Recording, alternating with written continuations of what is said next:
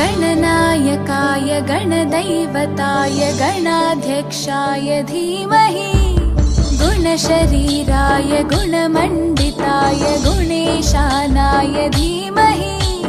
गुणातीताय गुणाधीशाय गुणप्रविष्टाय धीमहि एकदन्ताय वक्रतुण्डाय गौरीतनयाय धीमहि गजेशानाय भार